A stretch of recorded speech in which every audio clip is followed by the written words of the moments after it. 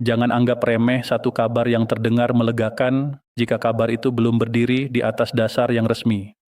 Dalam urusan gaji pensiun, rapel, dan hak keuangan para pensiunan, satu informasi yang keliru bisa mengubah harapan menjadi kekecewaan, bisa mengganggu ketenangan keluarga, bahkan bisa membuat rencana keuangan disusun di atas sesuatu yang belum pasti.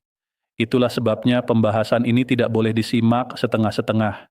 Karena yang sedang dibicarakan bukan sekadar isu lewat, bukan sekadar pesan berantai di grup, melainkan sesuatu yang sangat dekat dengan kesinambungan penghasilan, kestabilan pensiun, dan rasa aman di masa tua. Banyak orang merasa tenang hanya karena membaca kalimat yang meyakinkan. Banyak yang langsung percaya hanya karena ada tulisan besar menyebut rapel pensiunan 2026 segera cair, cek rekening sekarang, resmi dibayarkan, atau mulai diproses minggu ini. Padahal justru di titik itulah kehati-hatian harus diperkuat. Sebab dalam perkara hak pensiun, kalimat yang terdengar meyakinkan belum tentu lahir dari keputusan yang benar-benar resmi. Dan ketika harapan sudah terbangun terlalu cepat, rasa kecewa biasanya datang lebih keras. Bayangkan jika seseorang sudah mulai menghitung kebutuhan rumah tangga berdasarkan dana yang dikira akan segera masuk. Ada yang sudah membagi untuk belanja bulanan, ada yang ingin menutup biaya obat, ada yang berharap bisa memperbaiki rumah, ada pula yang ingin membantu anak atau cucu. Semua itu wajar, sangat manusiawi. Namun justru karena kebutuhan itu nyata, maka informasi tentang rapel tidak boleh diterima dengan tergesa-gesa. Jangan sampai hak yang memang dinanti justru dijadikan alat untuk memancing emosi, membuat panik, lalu mendorong orang mengambil kesimpulan tanpa dasar yang kuat.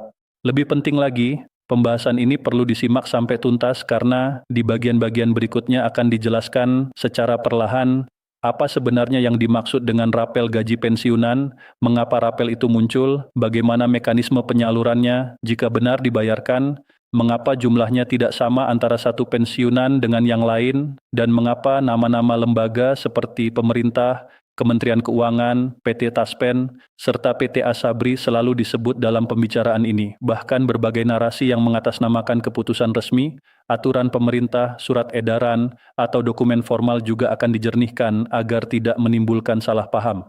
Karena itu, jangan hanya berhenti pada satu kalimat yang terdengar menenangkan. Jangan langsung lega hanya karena ada judul yang berbunyi resmi cair. Dan jangan pula terburu-buru cemas hanya karena ada kabar bahwa pencairan berubah, ditunda, atau diproses bertahap. Dalam urusan seperti ini, yang paling aman bukan yang paling cepat percaya, melainkan yang paling sabar memeriksa. Sebab ketenangan pensiunan tidak seharusnya diguncang oleh kabar yang belum terverifikasi. Hak tetap hak, tetapi kepastian tentang kapan dan bagaimana hak itu dibayarkan harus berdiri di atas sumber yang jelas. Itulah mengapa pembahasan ini penting. Bukan untuk menambah kecemasan, melainkan untuk menjaga agar harapan tetap berada pada tempat yang benar. Bukan untuk membuat suasana semakin tegang, melainkan agar setiap pensiunan dapat memahami mana yang sudah dapat dijelaskan secara logis, mana yang masih berupa dugaan, dan mana yang memang harus menunggu penjelasan resmi. Sebab dalam persoalan pensiun, ketenangan tidak datang dari kabar yang paling ramai, tetapi dari informasi yang paling dapat dipertanggungjawabkan.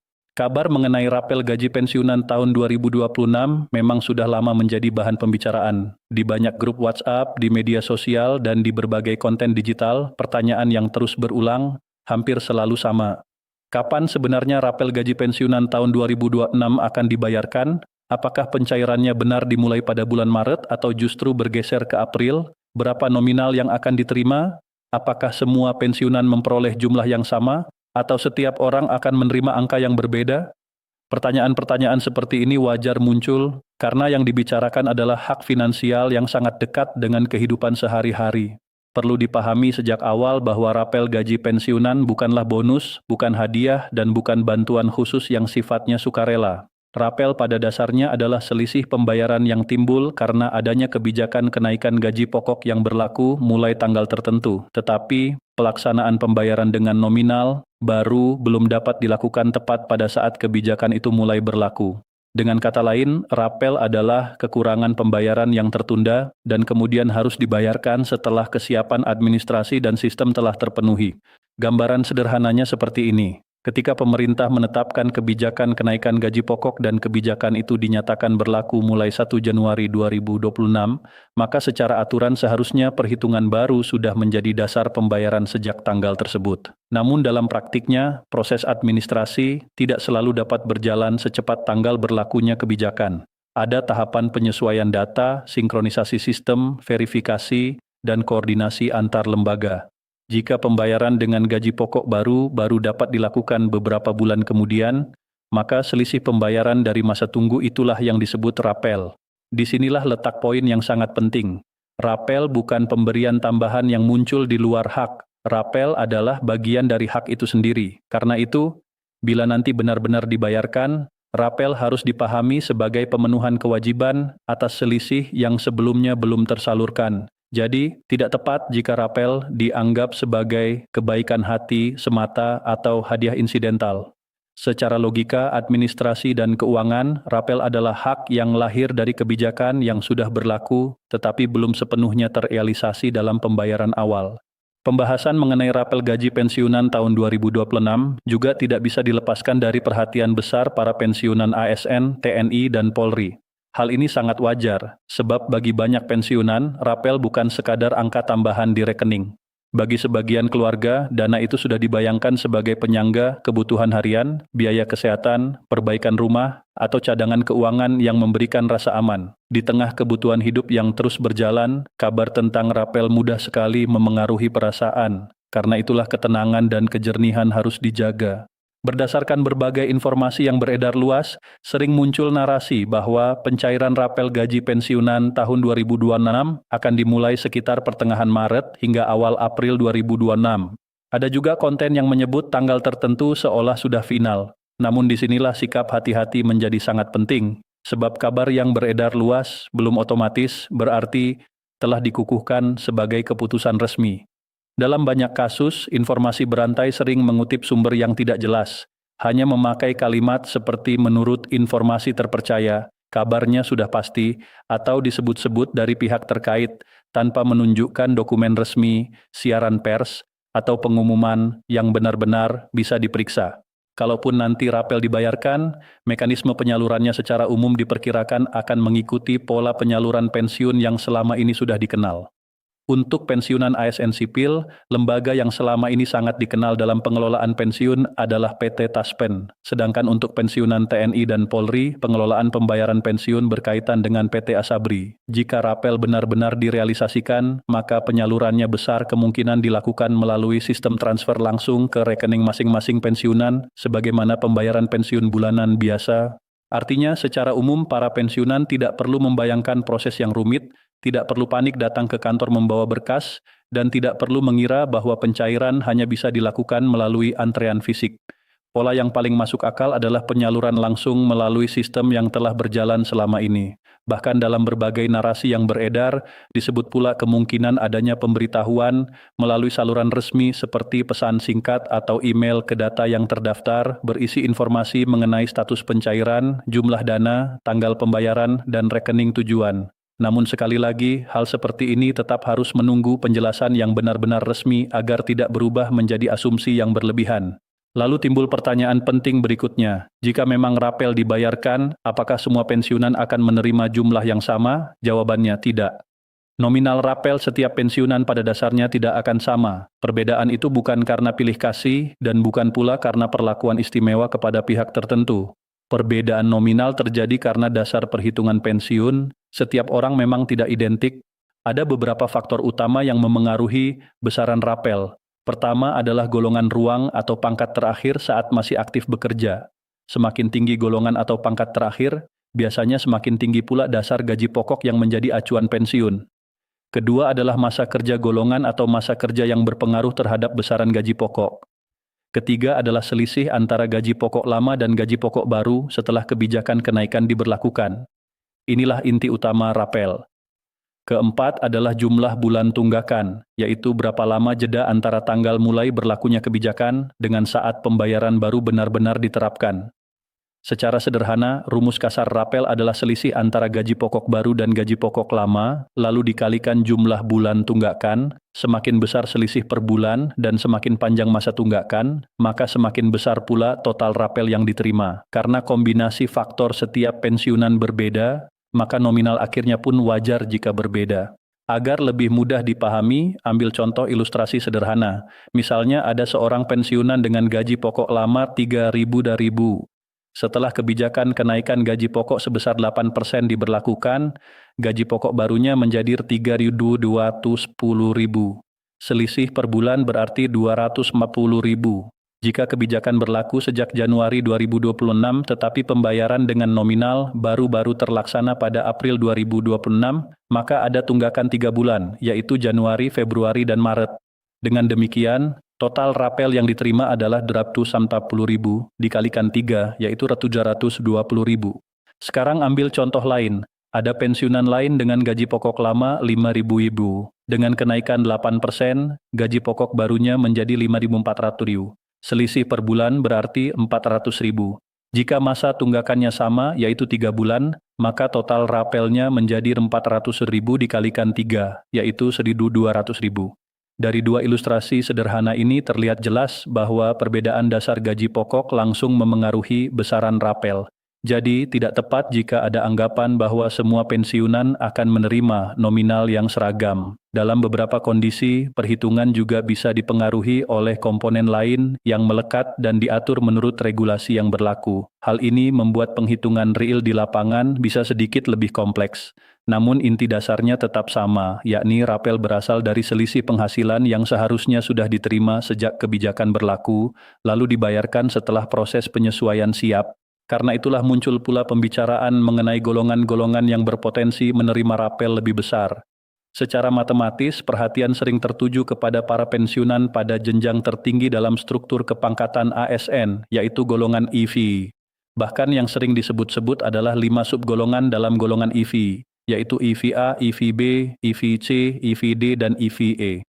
Kelompok inilah yang kerap dipandang memiliki potensi menerima nominal rapel lebih besar, bukan karena adanya hak istimewa tambahan, tetapi karena dasar penghasilan mereka secara historis memang lebih tinggi.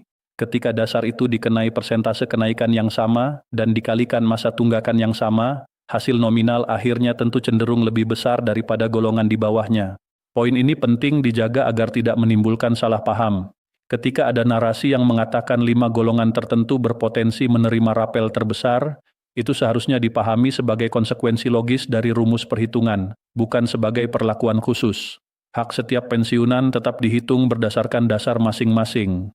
Yang berbeda adalah fondasi angka perhitungannya. Lalu bagaimana dengan isu pencairan bertahap? Ini juga perlu dilihat dengan tenang. Jika nanti pemerintah benar-benar menyalurkan rapel untuk jutaan pensiunan, sangat mungkin prosesnya dilakukan secara bertahap dan tidak serentak dalam satu waktu untuk seluruh Indonesia.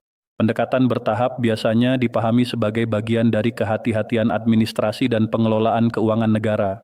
Dengan sistem bertahap, verifikasi data dapat dilakukan lebih tertib, risiko kesalahan transfer dapat ditekan, dan pengelolaan likuiditas anggaran bisa diatur lebih rapi.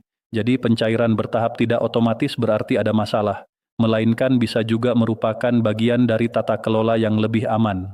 Namun setelah semua penjelasan logis itu dibahas, ada satu kesimpulan yang justru paling penting dan tidak boleh dilewatkan. Sampai dengan standarisasi waktu pembahasan ini pada 25 Maret 2026, belum ada konfirmasi resmi yang secara tegas menetapkan tanggal pasti pencairan rapel gaji pensiunan tahun 2026. Belum ada pengumuman resmi yang secara jelas menyebut bahwa rapel pasti dibayarkan pada bulan Maret atau April 2026.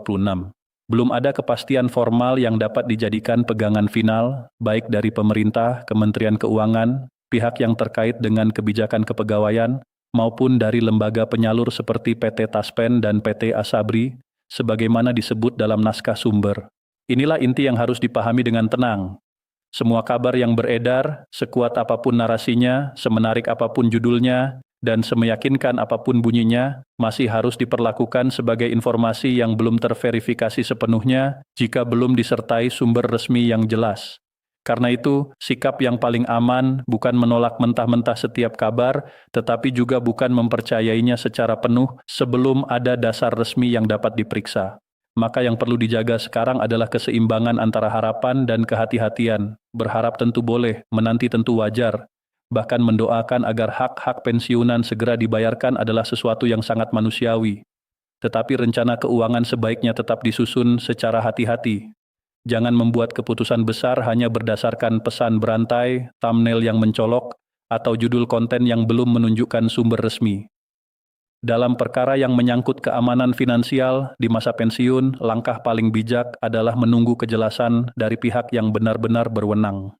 Jika nanti pengumuman resmi benar-benar terbit, maka informasi mengenai tanggal pencairan, mekanisme penyaluran, rincian nominal, serta pihak pelaksana akan menjadi lebih terang dan lebih aman untuk dijadikan pegangan. Pada saat itulah para pensiunan dapat menilai dengan tenang apa yang harus dilakukan, apa yang tidak perlu dikhawatirkan, dan bagaimana menyesuaikan rencana keuangan keluarga dengan informasi yang sudah sah.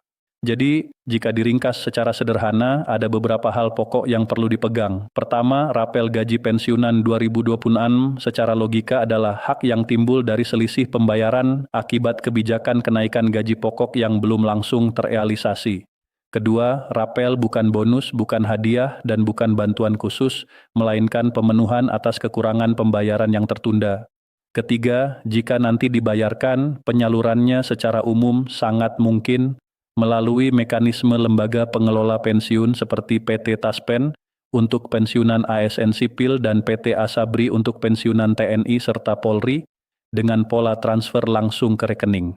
Keempat, nominal rapel tidak akan sama bagi semua pensiunan karena dipengaruhi oleh golongan terakhir, masa kerja, selisih gaji pokok lama dan baru, serta jumlah bulan tunggakan. Kelima, golongan dengan dasar penghasilan lebih tinggi memang berpotensi menerima nominal lebih besar, dan itu merupakan konsekuensi matematis, bukan perlakuan khusus.